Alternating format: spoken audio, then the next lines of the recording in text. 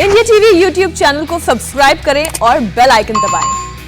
नमस्कार, आप देख रहे हैं इंडिया टीवी। मैं हूं ज्योति मिश्रा। भगोड़े मेहुल चोकसी पर इस वक्त की एक बड़ी खबर आ रही है। मेहुल चोकसी की नई तस्वीर सामने आ गई है। इस तस्वीर में मेहुल के हाथ में और मुंह पर भी चोट के निशान नजर आ रहे हैं। आपको बता दें कि पहले भी जेल से चोकसी की कुछ तस्वीरें वायरल हुई थीं।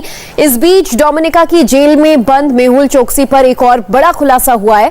बताया जा रहा है कि मेहुल चोकसी अपनी गर्लफ्रेंड को घुमाने के लिए डोमिनिका ले गया था।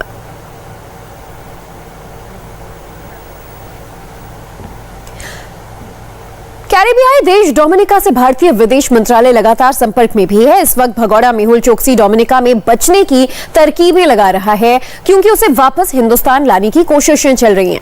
क्या इस बार भगोड़ी मेहुल चोकसी का काउंटडाउन शुरू हो गया है? देखिए ये रिपोर्ट। लाल आंख, हाथ पर चोट के निशान और चेहरे पर डर।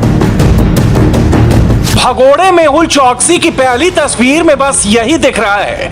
हजारों करोड़ के घोटाले का आरोपी इस समय डोमिनिका में सलाखों के पीछे कैद है। उसकी बाईं आंख लाल है और हाथ पर चोट के निशान दिखाई दे रहे हैं। उसका कोविड टेस्ट भी हुआ है और टेस्ट के नतीजे नेगेटिव हैं। डोमिनिका की कैबिनेट ने मेहुल चोकसी पर चर्चा की है और यह तय किया गया है कि चोकसी के बारे में डोमिनिका की हाई कोर्ट ही आखिरी फैसला करेगी। 23 मई को मेहुल चोकसी एंटीगुआ से लापता हो गया था।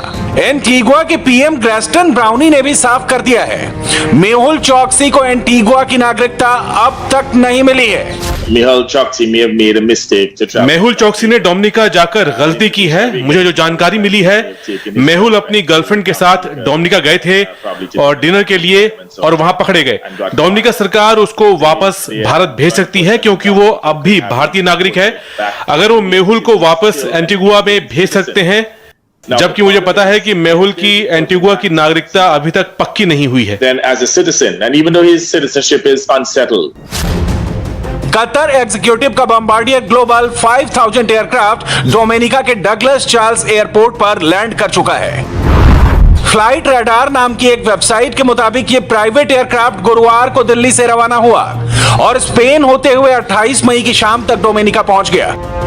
सबसे बड़ा सवाल यह है कि इस प्लेन पर कौन डोमिनिका आया है और किस व्यक्ति को लेकर यह प्लेन डोमिनिका से रवाना होगा। मेहुल चोकसी के पास साल 2017 से एंटीगुआ की नागरिकता है और हाल ही में वो एंटीगुआ से गायब हो गया था। मेहुल चोकसी के वकील का दावा है कि उसका अपहरण किया गया था। हालांकि एंटीगुआ के पुलिस कमिश्नर इस बात से इनकार कर रहे हैं।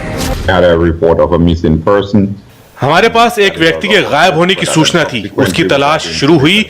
उसके बाद हमें डोमिनिका से यह सूचना मिली कि मेहुल चोकसी से मिलता जुलता एक शख्स डोमिनिका में मिला है। डोमिनिका में बात करके हमने उसकी आइडेंटिटी से जुड़ी जानकारी शेयर की। इसके बाद एक कंफर्म हो गया कि मेहुल चोकसी वही डोमिनिका में ही है। क्या हमारे पास ये जानकारी है कि उन्हें जबरदस्ती एंटीगुआ से डोमिनिका ले जाया गया था? हमारे पास ना तो ऐसी कोई जानकारी है और ना ही ऐसी कोई सूचना मिली है कि उन्हें जबरदस्ती वहां ले जाया गया था। From Antigua that he was forcefully removed. Mehul Choksi के गायब होने के बाद इंटरपोल ने नोटिस जारी किया था। फिर 25 मई को उसे डोमिनिका में पकड़ा गया।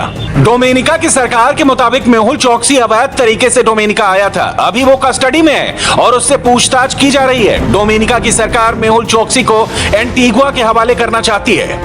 हालांकि एंटीगुआ के प्रधानमंत्री गेस्टन ब्राउन ने मेहुल चोकसी को भारत के हवाले करने के लिए कहा था। एंटीगुआ की मीडिया रिपोर्ट्स के मुताबिक चोकसी के वकील ने डोमिनिका के हाई कोर्ट में राहत के लिए याचिका दायर की है। डोमिनिका से 14,000 किलोमीटर दूर मुंबई में मेहुल चोकसी के घर की दीवारें जांच एजेंसियों के समन और नोटिसों से भरे हुए हैं। मुंबई के बालकेश्वर में गोकुल अपार्टमेंट में 9वीं और 10वीं मंजिल पर मेहुल चोकसी का डुप्लेक्स फ्लैट है। दरवाजे पर ताला लगा हुआ है। कई नोटिस जमीन पर गिरे हुए हैं, उनको लगाने की जगह ही नहीं बची है। ये सारे नोटिस ईडी और दूसरे डिपार्टमेंट ने साल 2018 से लेकर 2021 तक लगाए हैं। हीरा कारोबारी मेहुल चोकसी ने फर्जी दस्तावेजों का इस्तेमाल करके पंजाब नेशनल बैंक से 13,500 करोड़ रुपए की ठगी की।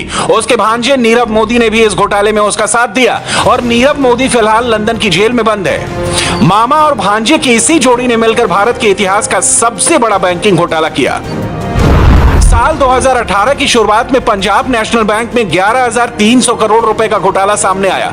इस घोटाले में नीरव मोदी के साथ उनकी पत्नी एमी, उनके भाई निशाल और चाचा मेहुल चोकसी मुख्य अभियुक्त हैं। सीबीआई और प्रत्यर्पण निदेशालय यानी ईडी को भी मेहुल चोकसी की तलाश है। फरवरी 2018 में प्रवर्तन निदेशालय ने मामले में दखल दिया। नीरव मोदी के मुंबई, सूरत और दिल्ली के कई दफ्तरों पर छापेमारी की गई। Prevention of money laundering act के तहत मामला दर्ज किया गया, लेकिन ये सभी जनवरी 2018 में ही देश छोड़कर भाग गए थे। मेहुल चोकसी ने भारत से भागने से पहले 2017 में ही कैरेबियाई देश एंटीगुआ एंड बारबुडा की नागरिकता ले ली थी और तब से भारतीय एजेंसियां इन भगोड़ों को भारत लाने की कोशिश में लगी हुई हैं। साल 2018 में भारत से फरार होने के बाद एंटीगुआ से एक वीडियो जारी करके मेहुल चोकसी ने जवाब दिया था कि वो भारत नहीं लौटेगा और जांच एजेंसियों के सामने सरेंडर भी नहीं करेगा। On 20th February, I sent an email to the Regional Passport Office, Mumbai, requesting them to revoke the suspension of my passport. However, I did not receive any reply from the Regional Passport Office.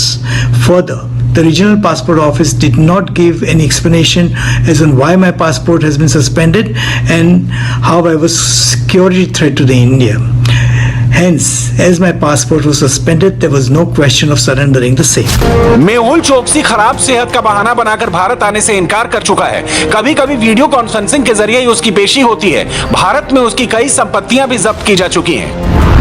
Mehul Choksi के मुंबई में 15 flat हैं और 17 offices हैं। कोलकाता में mall है, अलीबाग में farm house है। देश के 6 राज्यों में उसकी करोड़ों की जमीन है।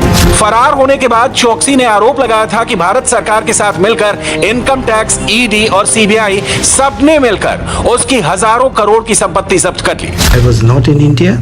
I was having my medical procedure at that particular time, and they nearly seized 5,000 to 6,000 crores of my merchandise, properties, and everything. There were 3 agencies raiding me at that time: income tax, CBI, and ED. एक बड़ा सवाल यह है कि मेहुल चोकसी, नीरव मोदी और विजय माल्या जैसे लोग जो देश का पैसा लेकर देश से भाग गए, उन्हें कब तक वापस लाया जाएगा? ऐसे लोगों पर सरकार ने कई बार जवाब दिया कि देश का माहौल बदल गया, तो ये लोग देश छोड़कर भाग गए। सरकार की कोशिश जारी है और देर सवेरे इन्हें वापस जरूर लाया जाएगा। आखिर भागना क्यों पड़ा? अगर पहले जैसी सरकार होती, यही दोस्ताना चलता, लूटना है लूटते चले, देना है देता चले, खाना है खाता चले, तो फिर उनको भागना भी नहीं पड़ता। इन लोगों को भागना इसलिए पड़ रहा है कि यहाँ पर उनको कानून नियमों का पालन करना पड़ेगा, पाई पाई चुकता करनी पड़ेगी, और इसलिए भागे हैं। जो भागे हैं उनको लाने के लिए अंतर्राष्ट्रीय कानून होते हैं, अंतर्राष्ट्रीय नीति नियम होते हैं, उसका पूरा उपयोग किया जा रहा है। ऐसे भगोड़ों के लिए मजबूत से मजबूत हमने कानून बनाए हैं, उनकी संपत्ति जब्त करने का कानून बनाया है।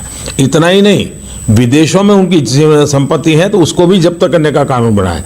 इसलिए सरकार के हाथ में जितने विषय हैं उनका पूरी तरह हम उपयोग कर रहे हैं, और मैं विश्वस्त हूँ कि पहले इस देश से भागे हुए कोई वापस नहीं आए। इस सरकार के समय भागे हुए लोग आज नहीं तो कल कभी न कभी आएंगे। डिप्लोमेटिक चैनल से भी प्रयास हो रहा है, कानूनी तरीके से भी प्रयत्न हो रहा है, कानून बना करके संपत्ति जब्त करने की दिशा में भी प्रयास हो रहा है, और हम हिंदुस्तान का पाई पाई जो चुराने वाले लोग हैं, हम पाई पाई वापस लाने के लिए प्रतिबद्ध है। मेहुल चोकसी और नीरव मोदी दोनों ने पंजाब नेशनल बैंक से यह कहकर रुपया लिया कि विदेशों में धंधा जमाना है, और फिर फर्जी कंपनियों के जरिए सारे पैसों का घोटाला कर दिया। जांच एजेंसियां जब तक दोनों को पकड़ने की कोशिश करती, तब तक दोनों 7 समंदर पार भाग गए। लेकिन कानून के हाथ बहुत लंबे हैं। इस घोटाले का मुख्य आरोपी चोकसी का भांजा नीरव मोदी लंदन की जेल में बंद है, और मेहुल चोकसी डोमिनिका में पकड़ा गया है। आज नहीं तो कल ये जरूर भारत में सलाखों के पीछे होंगे। नमस्ते, मैं हूं मीनाक्षी जोशी। वीडियो और खबरों से अपडेट रहने के लिए India TV YouTube channel subscribe करें, बेल आइकन दबाना ना भूलें। जुड़े रहें इंडिया टीवी के साथ।